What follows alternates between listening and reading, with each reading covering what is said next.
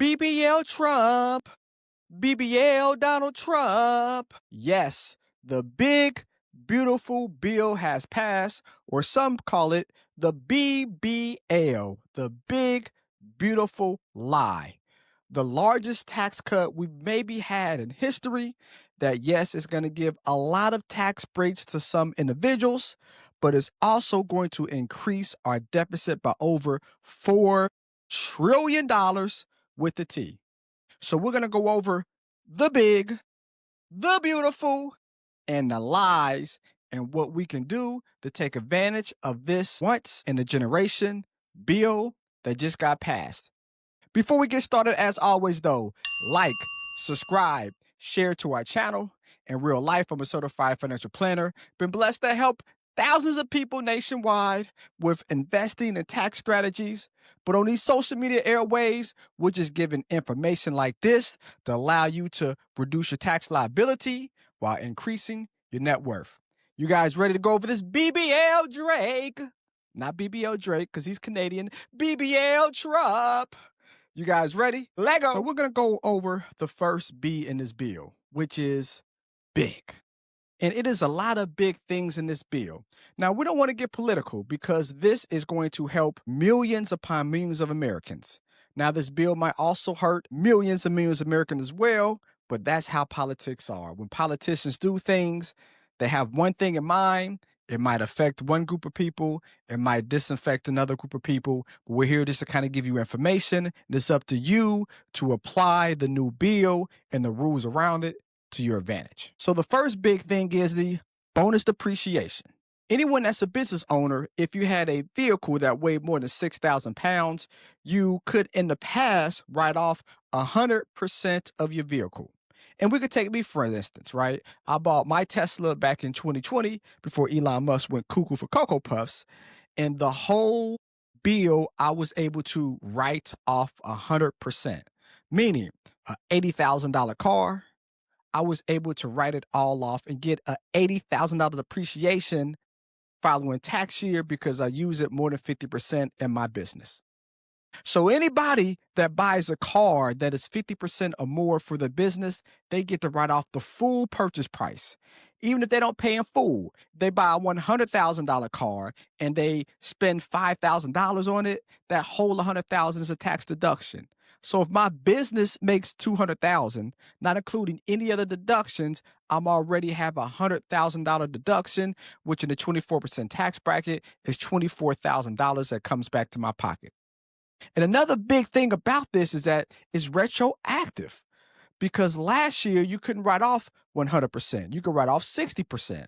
So that $100,000 vehicle, you can write off $60,000.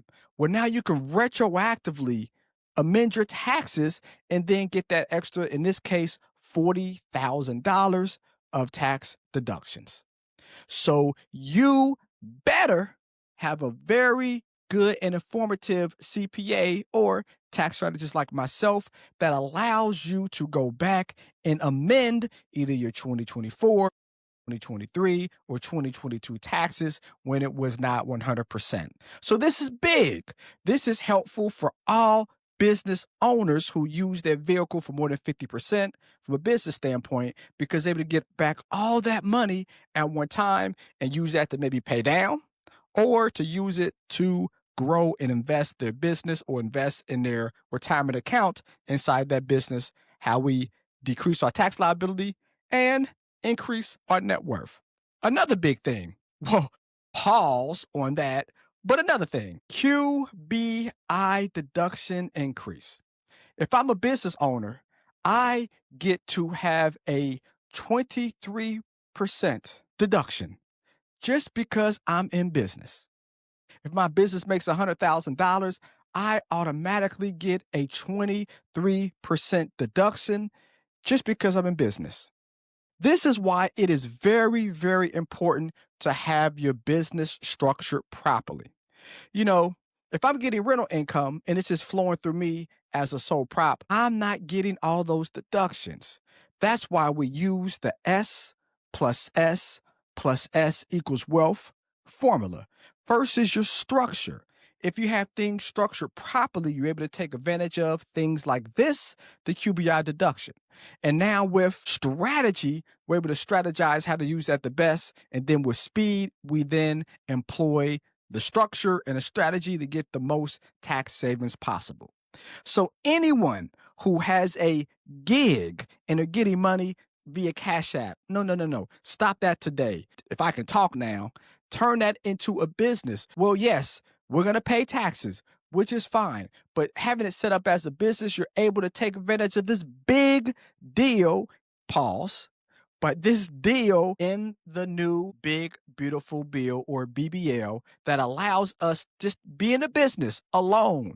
If you're online business, you're selling cupcakes, you are doing consultant work, you're doing websites on the side, you're tutoring people in the summertime, we should have our business structured, at least the LLC, and preferably if you're making more than $25,000 in profit, turn that to an S Corp so we can have even more deductions and favorability from a tax standpoint.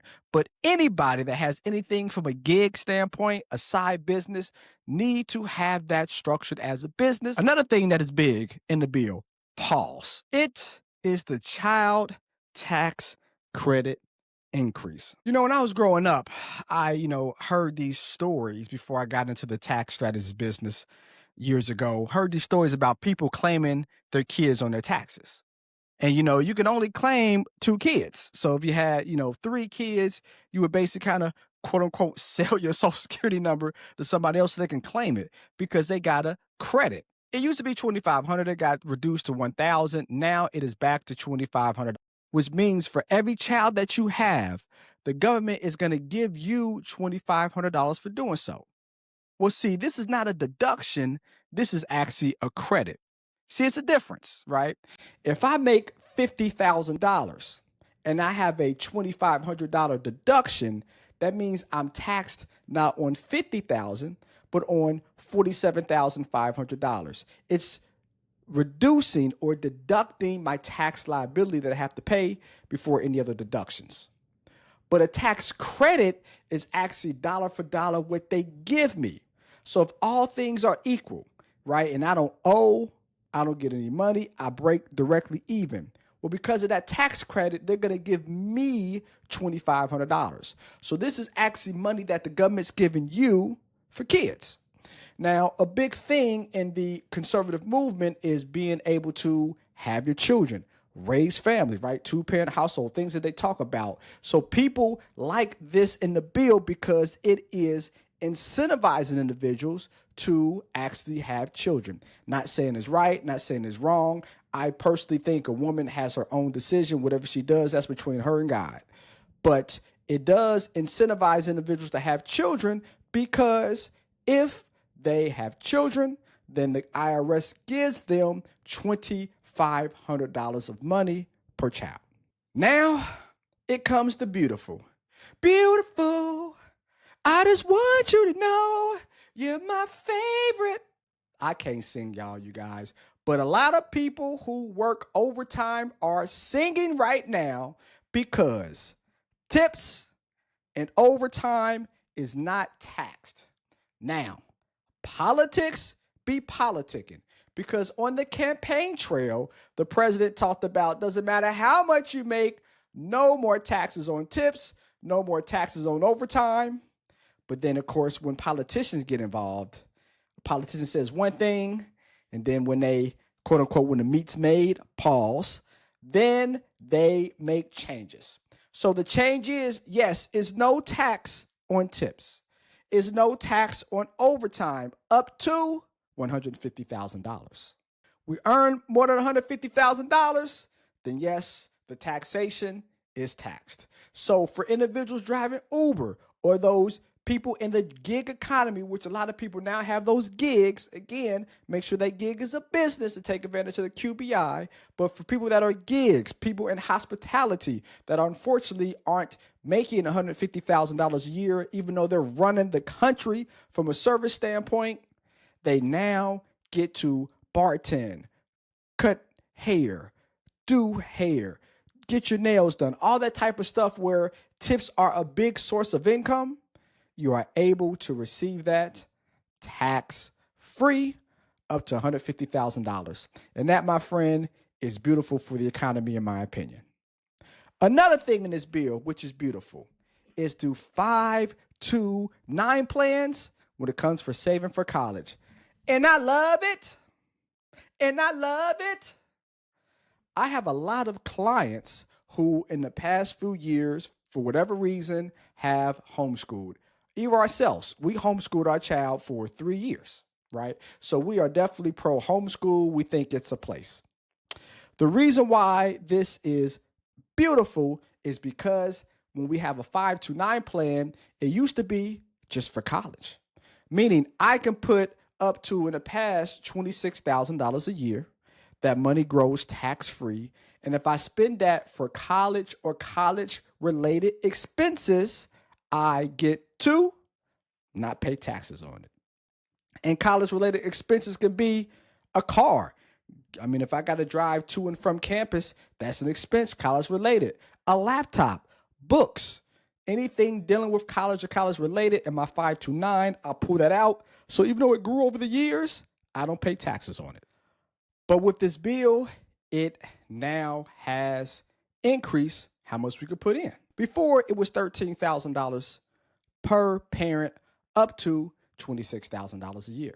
But the president did a great job, and Congress did as well, with saying, hey, inflation happens and the cost of schooling goes up. So now in our 5-9 plan, we can put up to $18,000 per parent, up to $36,000 a year. Think about that. If we're able to put, and I know it's a heavy lift, but if we're able to put $36,000 a year every single year, that is a lot of money that could be used for college. But because this bill is also beautiful, we are now able to use it for homeschooling, because up to $10,000 per student each year can go for either K-12 or for homeschooling.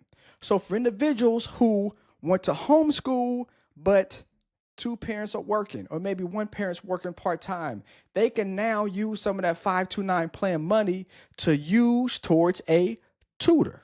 You're seeing companies out there creating AI or virtual tutors, and now you have a vehicle where you can have it grow, take it out tax-free from an investment standpoint, and then pay that virtual assistant or that AI assistant or that tutor to teach your child at your house, homeschool related.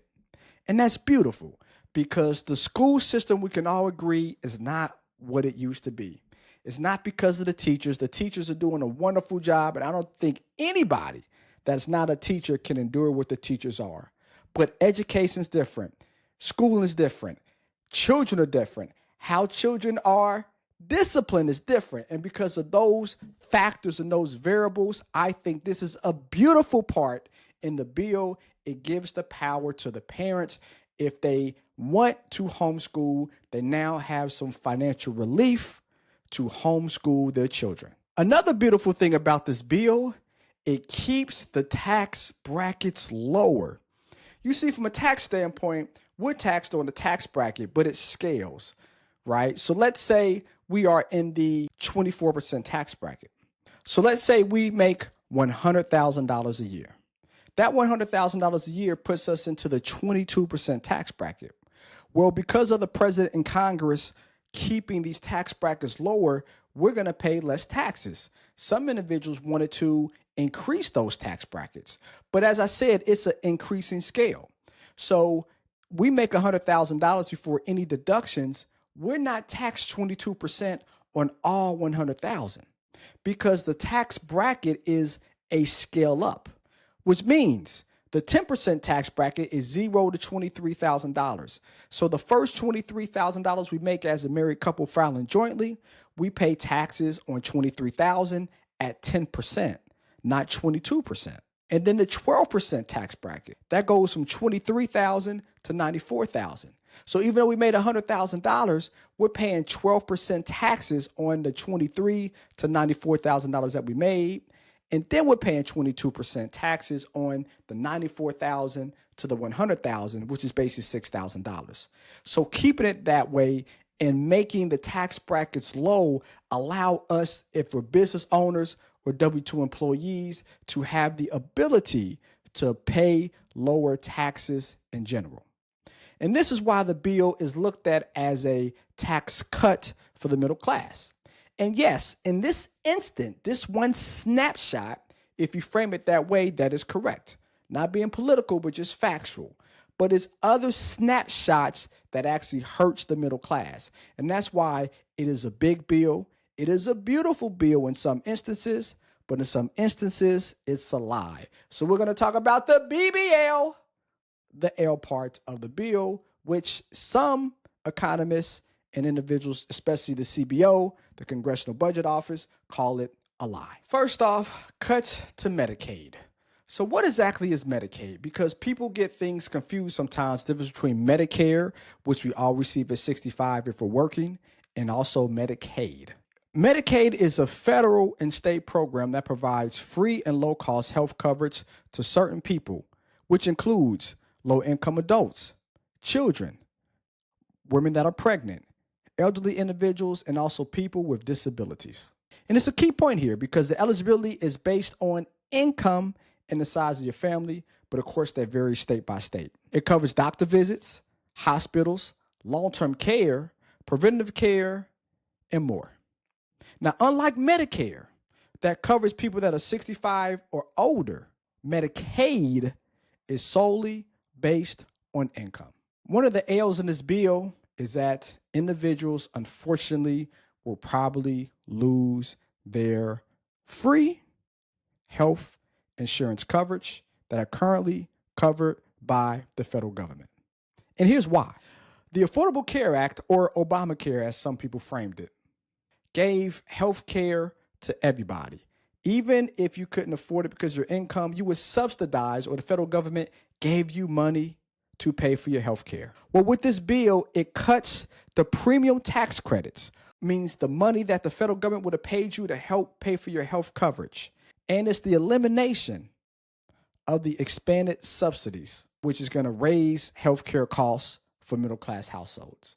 So if we are not covered by our health insurance by our employer, we do not get as much money as we did before from the federal government to pay our health insurance.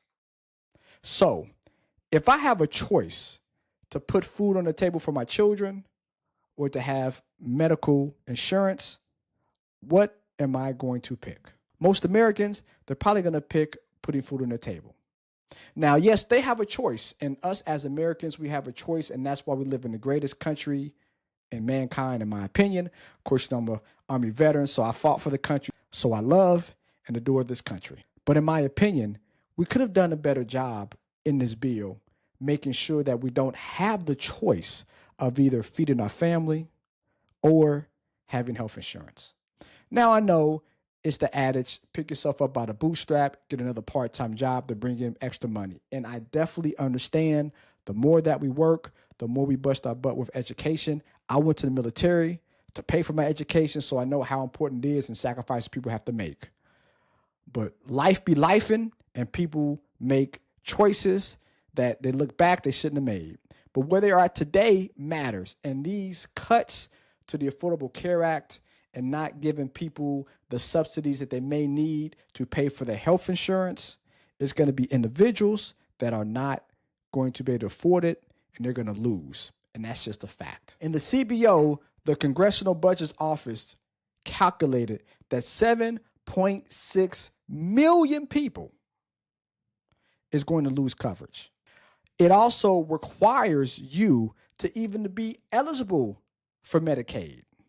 You have to work at least 80 hours a month. Now, yes, 80 hours a month, that's 20 hours a week. The thought process is if the government's going to help you and give you some assistance, at least work, right? Don't be a lazy person on your mama's couch playing video games all day, eating Doritos. I understand that. But some individuals that are in two-parent households, right, where the one spouse is working, busting their butt, and the other spouse is taking care of the children, might not be able to work 20 hours a week. And if a person is not covered by their employer, then the other person's not working. That family might not be eligible for the Medicaid subsidies because the spouse is not working 80 hours a month.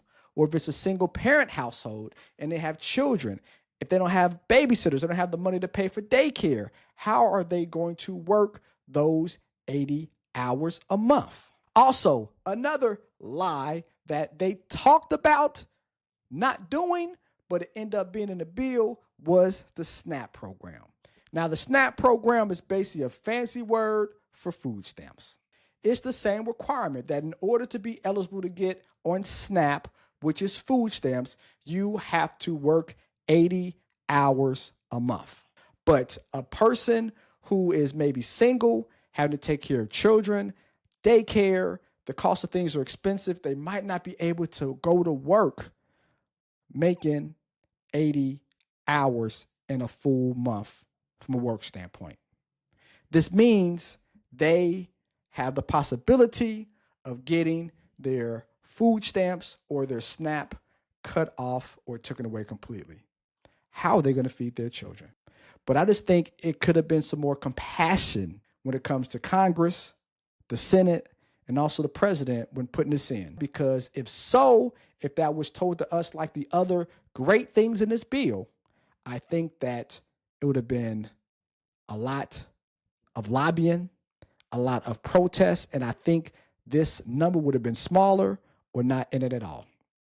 So I believe that they basically just took all the money that was given to us citizens that are here legally to basically stop illegal individuals. And again, people that are here illegally, that are committing crimes, that are doing things that they should not be doing, I don't think they should be here, and a lot of people will agree to that. But what I don't agree with personally is that we take things away from American citizens. Doesn't matter if they made mistakes in their life or not. They have children, not have children, don't have the best education, whatever the case may be. They're still American citizens. And taking money from things that helps them just survive and move it towards surveillance and defense contracts and construction companies to build a wall, I don't think that is right. And that's another L in the bill. We live in the greatest country on earth. And if you don't think things are going like you want them to, then vote. If you think that things are going just like they should, keep on voting. But the bill is going to help millions upon millions of Americans, but also the bill will hurt millions of Americans as well. Your job is take advantage of these. If I'm a business owner, do that 100% deduction. Use that QBI if you have a side gig. Turn your side gig into a business and get more write-offs because of it. Do the 529 plan. Put more money into it. If you want to have your child go homeschool, do that and use that money accordingly because the IRS is letting you do it through the bill.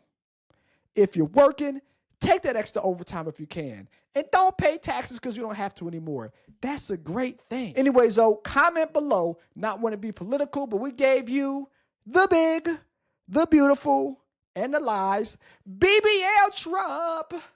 BBL Donald Trump. But hey, he was elected. So if you vote for him or vote against him, he's still our president. So it's up to you to make decisions for yourself financially that's going to impact you in a positive way. Anyways, like, subscribe, share to your channel. Comment below. Is there anything in this bill that I'm forgetting about?